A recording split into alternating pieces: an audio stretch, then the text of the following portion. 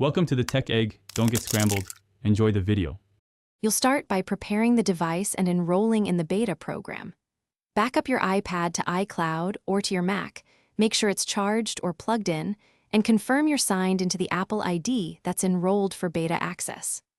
Once done, go to the Apple Beta software program or developer portal on Safari and sign in.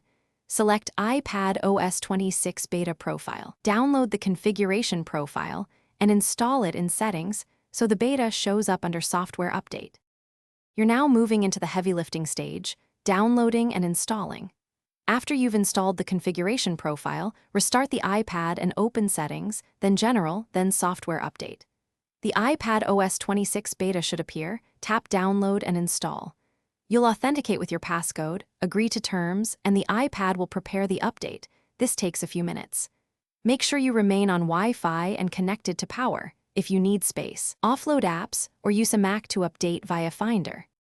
Finish by following on-screen setup steps after the iPad reboots into the beta, grant permissions, and sign back into services. If the update fails, restart and try again. If that doesn't help, connect to a Mac and install via Finder or restore the previous backup. Make sure you file any issues in Feedback Assistant so Apple can address bugs. Keep a current backup. That's your safety net. If performance is poor, toggle off experimental features until fixes arrive. Thanks for watching. Consider subscribing if I helped unscramble your problems.